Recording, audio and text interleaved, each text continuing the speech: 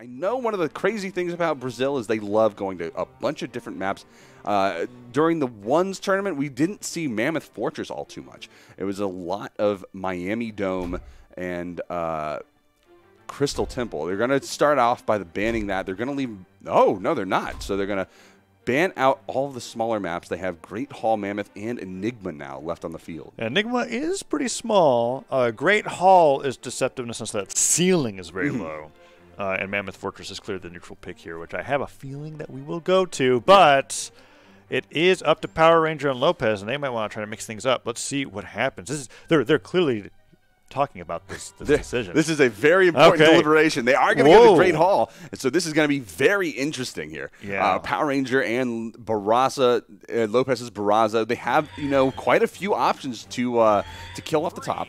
Rayman, Gauntlets, Neutral Sig, Barraza, Neutral Sig, and Down Sig on the Blasters. I mean, there's a lot of options there for them to take advantage of that low ceiling. Absolutely. Even if they're able to get like a Sidelight Nair on Axe into a Blaster's Recovery, anything that they could possibly look for there will be wonderful for the blue team. But we've got Fiend and Stardeath on Thor and Ragnar. As we're fighting primarily on the top side of that platform. It looks like Lopes doesn't want anything to do with anything beneath that platform. That's one of the crazy things about this is once you get that map control in the center, right in the middle of all those platforms, getting the neutral sig, that's going to be taking down Power Ranger, and Fiend's just going to barely survive from that lower team damage threshold. Oh man, Power Ranger goes in for the recovery. Lopes putting out the D-Lights just to keep him off that platform. But yeah, so far a solid lead for the red team, but it's only one KO. Now this is interesting. If we continue at this pace, Power Ranger's actually continuing to take damage while nobody else loses stocks. I mean, at that rate, Power Ranger might just go down to one stock before anybody else loses one. And that would certainly be in favor of the red team. Everyone is approaching that deeper red damage threshold. Ooh, and Stardeath including Power Ranger. KO, yep, Power Ranger, Lopes looking for a weapon at this point. He's probably going to find an axe now, and there it is. And that side air is going to come out. It's going to KO Fiend, and now all he'd have to do is collapse onto Stardeath and get that KO before Fiend is back, and they can force a continuation of this temporary 1v1, but it's not going to come to fruition. But the side air does actually connect, so now they have Fiend all to themselves for just a little while.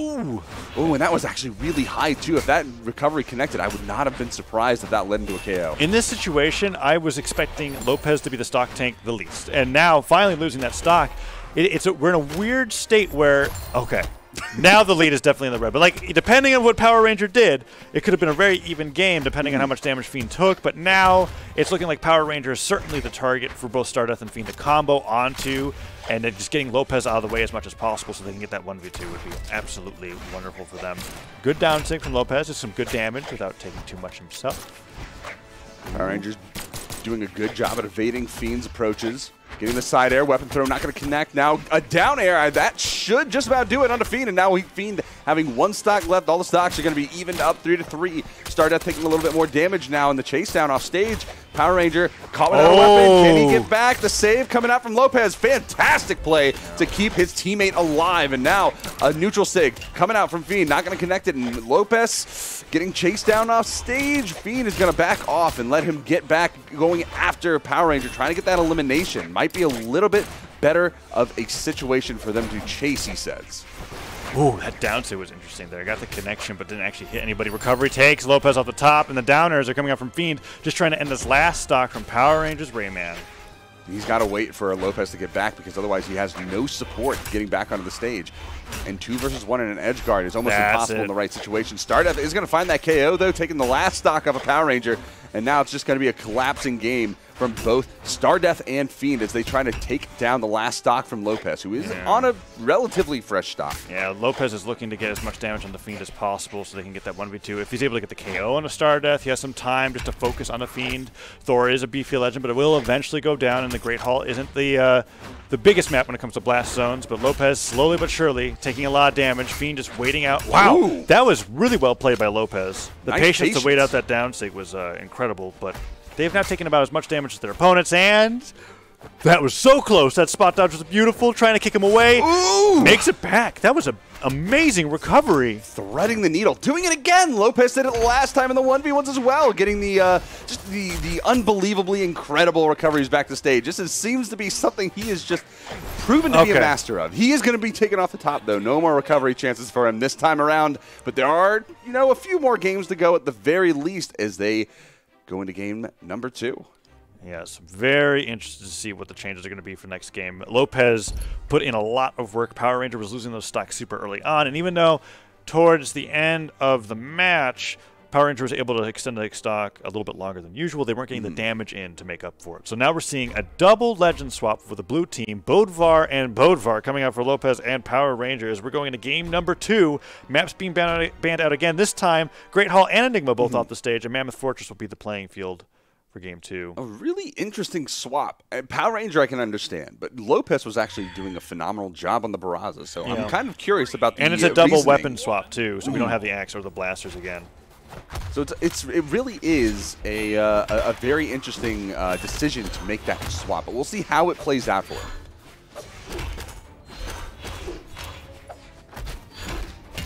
All right. Red team already starting off, getting a lot of damage taken. Stardeath already approaching the red health. Lopes positioning to try to find a KO with some of the heavier hammer moves here on the left. Now he's looking for that scoop, looking for another one. Note the side air coming out, forcing Stardeath across the map once again. An even start so far. Neutral light hits and the recovery from Stardeath disarms Power Ranger. Didn't go for the side sig. Just jumped out of the way. Thought he was going to go for the weapon. Nice. I was going to say nice, but then I realized it was Lopes hitting his teammate with that neutral sig. And he was setting up for a side air too. He was going to connect that onto Stardeath, sending him off stage potentially in a KO. That's a really unfortunate situation. Ooh, Fiend just on the edge guard by himself. Gravity Cat's neutral sig went straight between both of the enemies, and they make it back unscathed. Super damaged, but the first stock could go either way. Neutral sig misses. Fiend jumps a little bit too high. Lopes finally goes down. Stardeath down 6. Fiend out of the neutral light on accident, just spacing a little bit too far forward and loses the stock for it. The game might go in the blue team's favor off of a little bit of these friendly fire mishaps, and that nair hits from Power Ranger. And Power Ranger right now holding on by a string as his health just, it's about as close to barbecue color as, I mean, we had that for lunch, so we know exactly what that looks like. Power Ranger right now just trying to live. Then neutral light from the guitars nearly sending him across the stage. Power Ranger finally goes down, but it's a different tune than the last game because now Lopes is the one that's looking closest to losing their stocks first, not Power Ranger. We'll see if the damage has a similar thing to say about it. Last game, Lopes doubling that over Power Ranger, trying to get that pickup recovery, but Fiend, nice punish onto Power Ranger, sends him right over to Stardeath, and Stardeath is able to get that nice 4-piece string onto Power Ranger, and Fiend continues to hurt.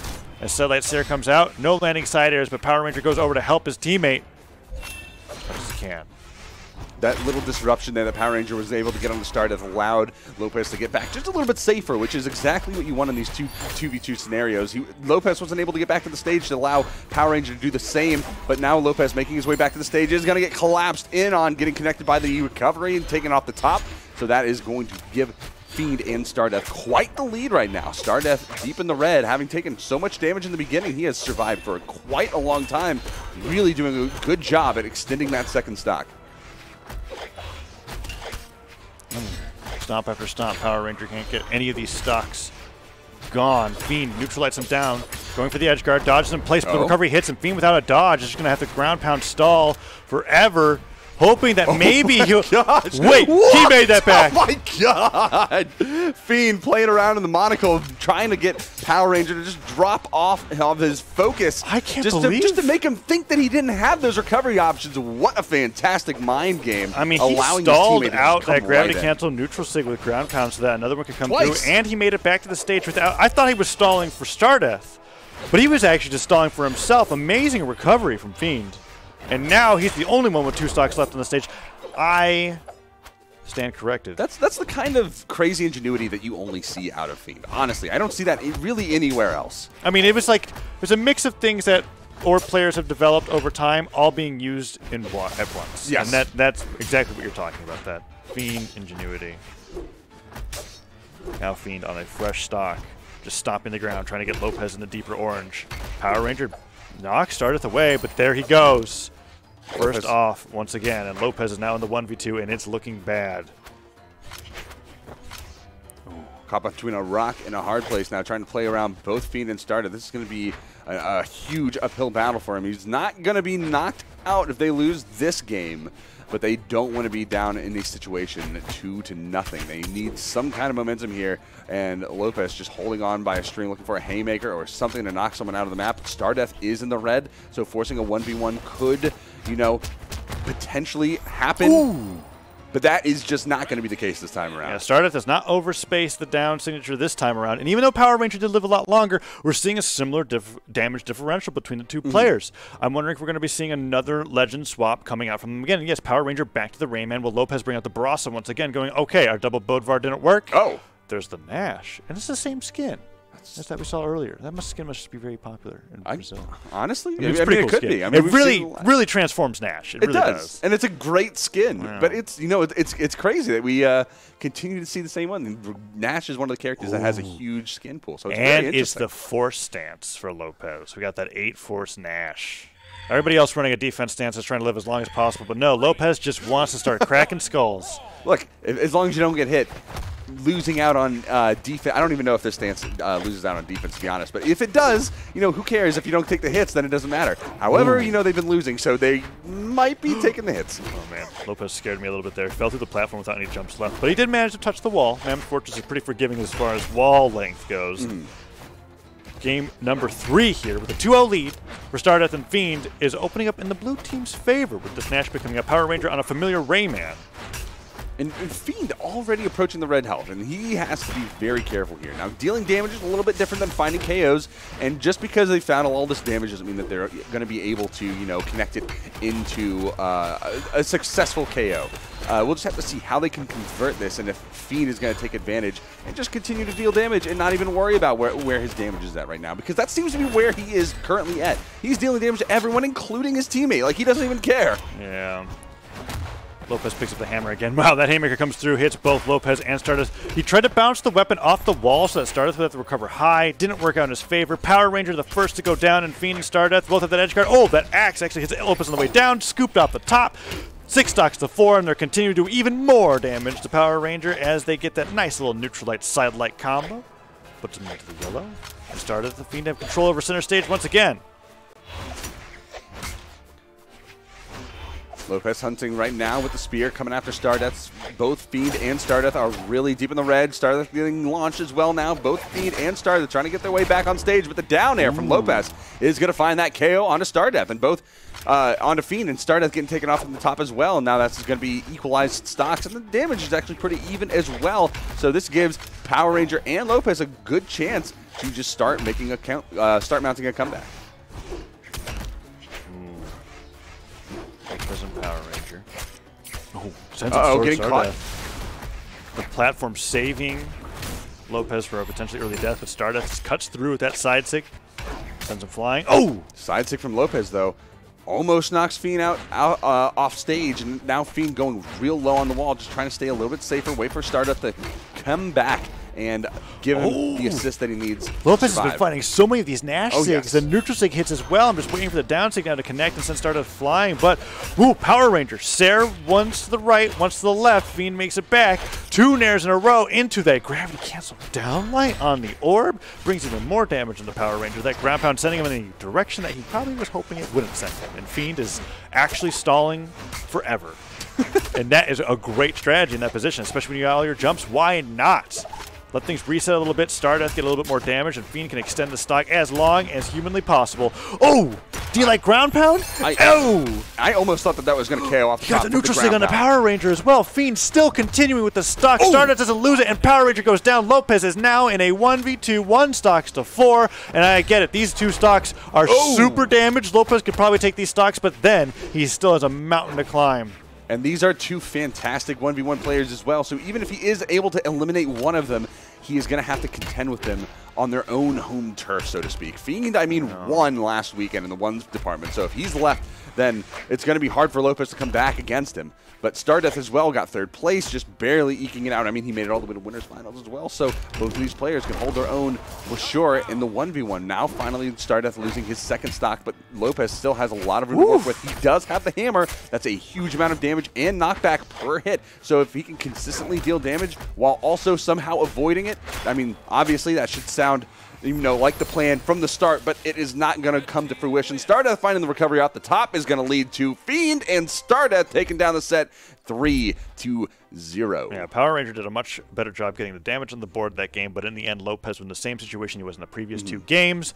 In a 1v2, doing a lot of damage, but like as you said, Stardeath and Fiend being so prominent in the twos or in the singles scene, constantly winning tournaments, and Fiend is winning the most recent one. We're able to pull through. So now top 3 is decided as Fiend and Stardeath move forward to fight up against Choco Mint and their teammates as we're going into the next match. I don't remember. Baltazar, yes. Yeah, it's weird because in the Smash.gg bracket, it's like all capital Yes, letters, and it doesn't show the whole spaces thing in between the name.